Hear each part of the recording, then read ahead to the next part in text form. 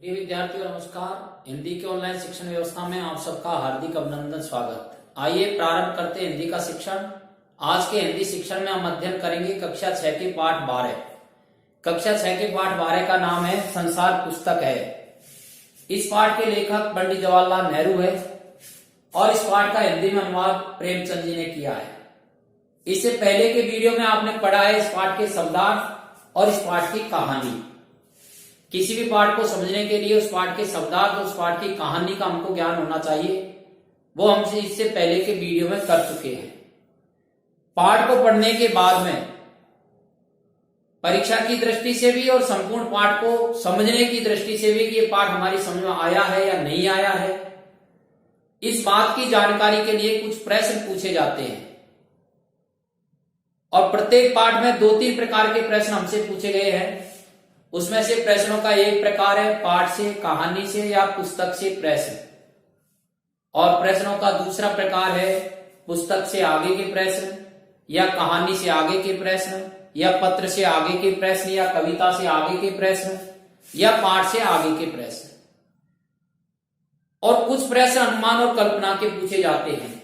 इसके साथ साथ प्रत्येक पाठ में भाषा की बात में हमसे व्याकरण संबंधी प्रश्न भी पूछे जाते हैं या व्याकरण संबंधी ज्ञान के कुछ प्रश्न हमारे लिए समझने की दृष्टि से दिए जाते हैं।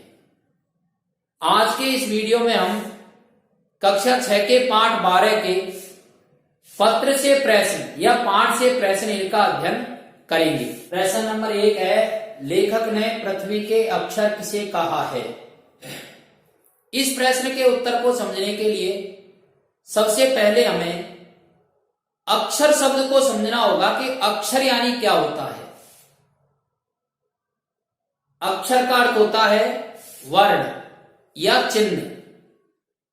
किसी भी भाषा को पढ़ने के लिए उस भाषा के वर्ण या चिन्हों को पढ़ना पड़ता है। और वर्ण क्या होते हैं?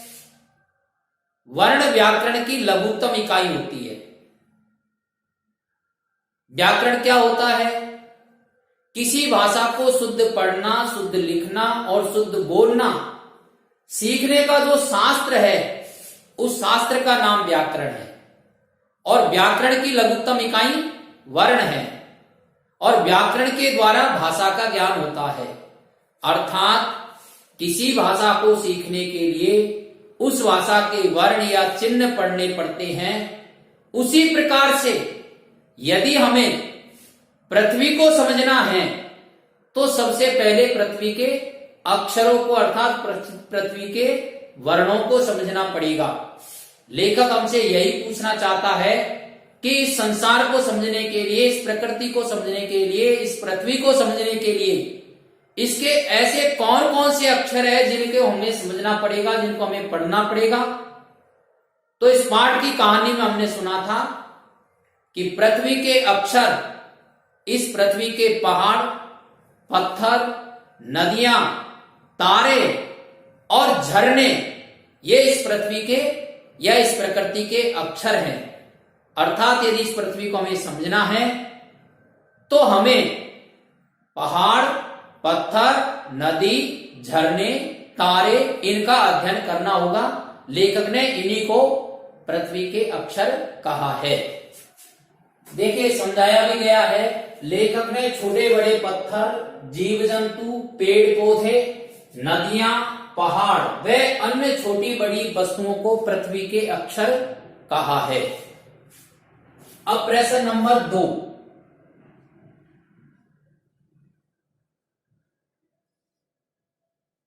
इसका कारण था कि इस पृथ्वी का तापमान बहुत अधिक था।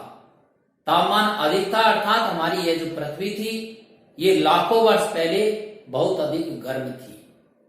तो इसी उत्तर को हम यहां लिख देते हैं। उत्तर में समझाया गया है कि लाखों वर्ष पहले हमारी पृथ्वी अत्यंत गर्म थी और गर्म के कारण से इस पृथ्वी पर कोई जीव जंतु नहीं रहते थे। प्रश्न नंबर 3 है, दुनिया का पुराना हाल किन चीजों से जाना जाता है? कुछ चीजों के नाम लिखो। पुराना हाल जानने के लिए पुरानी चीजों की जानकारी होना आवश्यक है। और पुरानी चीज कौन है इस पृथ्वी की? अर्थात इस पृथ्वी के साथ किन चीजों का जन्म हुआ है उन चीजों की जानकारी से ही हम दुनिया का पुराना हाल जान सकते हैं। देखिए उत्तर समझाया गया है, दुनिया का पुराना हाल नदियों, पहाड़ों, समुद्रों, तारों, जंगलों, जानवरों की हड्डियों से जाना जा सकता है। इस प्रकार से स्मार्ट के 3 प्रश्नों का हमने अध्ययन किया है, साथ में उसके उत्तर भी समझे हैं। अगले वीडियो में हम शेष 3 प्रश्नों के उत्तरों को समझेंगे। धन्यवाद।